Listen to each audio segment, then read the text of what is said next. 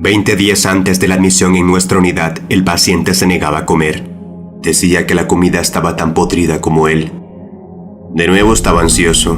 Pedía ayuda a sus familiares. Decía que había gente que quería matarlo. Escuchaba ruidos estruendosos y gritaba que las caras de la gente estaban borrosas.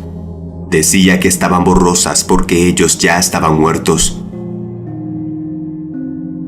7 días antes de la admisión en nuestra unidad, el paciente decía que ya estaba muerto, que su estómago no funcionaba, que su hígado estaba descompuesto, que su cerebro estaba paralizado y que en su cara no había sangre, que los ruidos que escuchaba habían adquirido forma, que se habían convertido en voces demandantes que le pedían que dejara el mundo, porque él era el mal.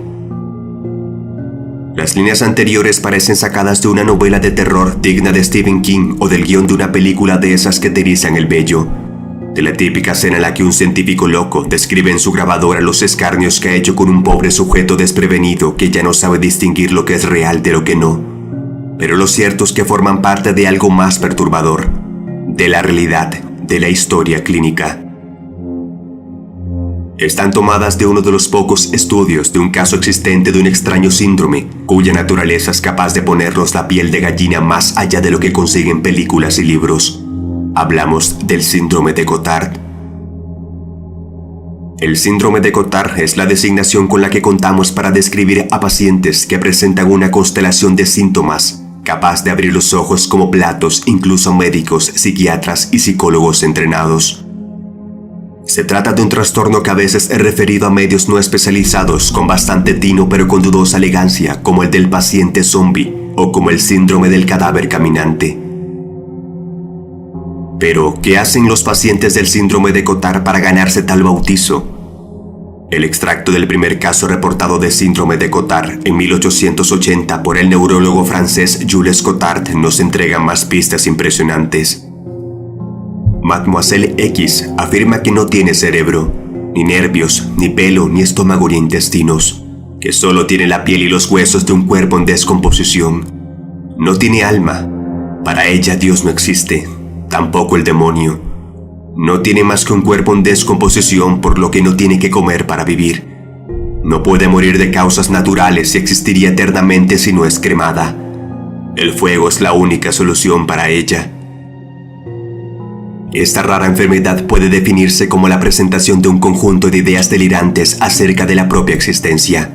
Entre ellas suele estar el delirio nihilista o el convincente sentimiento de que uno no tiene órganos o cuerpo, de que uno ya está muerto o que todos los demás están muertos. El delirio de inmortalidad o la profunda creencia en que uno no puede morir porque ya está muerto. El delirio de hipocondria o la firme convicción de que uno padece una grave enfermedad. Y el delirio de dismorfia o la creencia de que el cuerpo de uno ya está deformado. De todos ellos, los síntomas más comunes, según una revisión de 100 casos, son la negación del propio cuerpo, un 86%, la negación de la propia existencia, un 69%, el delirio de hipocondria, un 58%, y el de inmortalidad, un 55%. El paciente mantiene estos pensamientos como verdaderos. Cree que está muerto o que no tiene cuerpo, que ya está en el infierno, en el cielo o en el limbo, que se está descomponiendo, pudriendo desde las entrañas hacia afuera en un inexorable camino hacia la muerte. También se tiene registro de una paciente que negaba su evidente embarazo y de otra que afirmaba haber dejado atrás parte de sí misma, que confesaba no poder andar porque la mitad de su cuerpo seguía en la cama. El pronóstico de estos pacientes es complicado de determinar, depende en buena parte de la gravedad de sus creencias. Algunos han llegado a procurarse su propia muerte, como ocurrió en el mencionado primer caso documentado de síndrome de Cotard, el de Mademoiselle X, quien, convencida de que no tenía por qué comer, que ya estaba muerta, terminó por morir de hambre. En raras ocasiones, la remisión del síndrome es espontánea.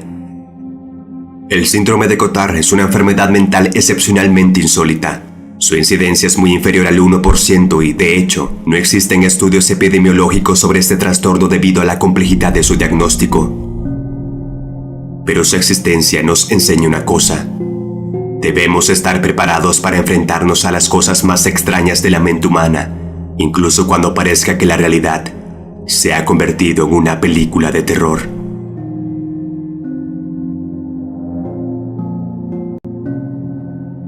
¿Qué ocurriría si un día te levantaras y vieras a tu pareja, tu madre o hermanos como personas totalmente desconocidas?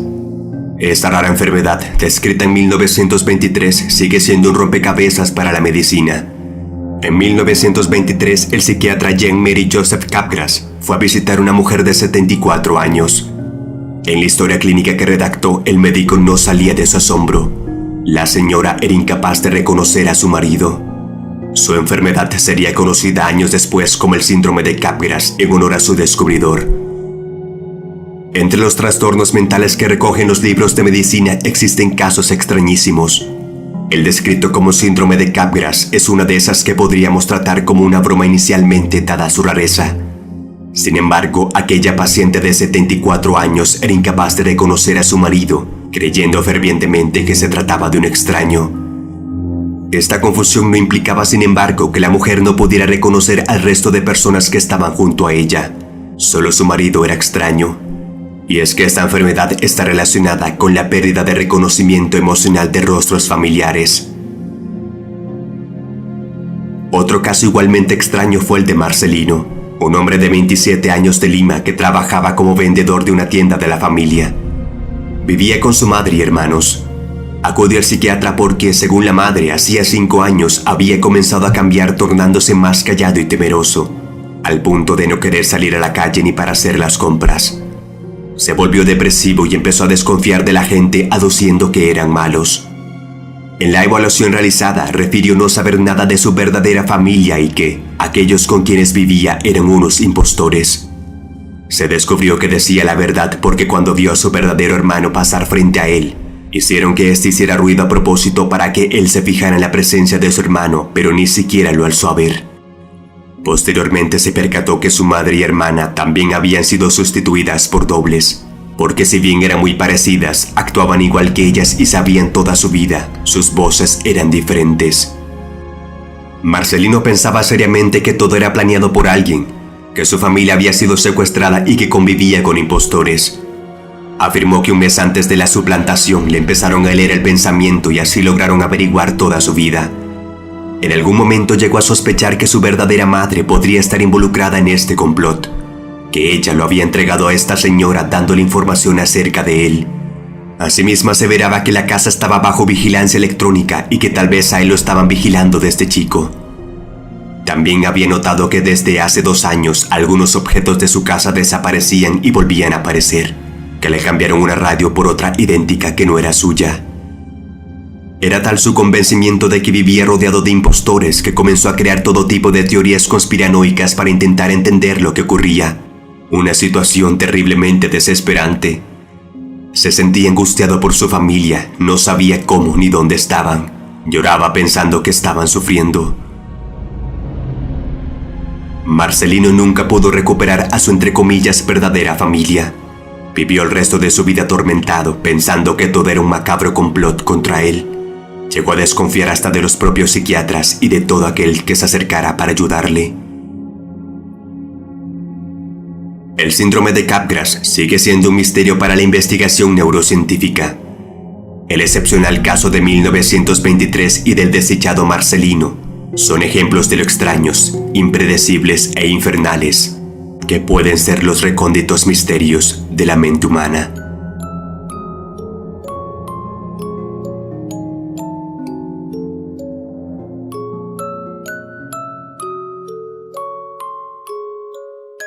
Muchas gracias por ver el video. Si te gustó, apóyalo con tu like. Si eres nuevo por aquí, te invito a que te suscribas a este canal. Más de 6 años compartiendo las historias más extrañas de nuestro mundo. También te invito a que actives la campanita de notificación para no perderte ninguno de mis videos. Quiero brindar un saludo y agradecimiento muy especial a las personas que han apoyado este espacio a lo largo de todo este tiempo. Si tienes algún tema o alguna historia que contar, puedes escribirme al correo oficial en pantalla. Recuerda, las historias son lecciones de vida que nos sumergen a conocer mejor el mundo en el que vivimos. Nos vemos pronto.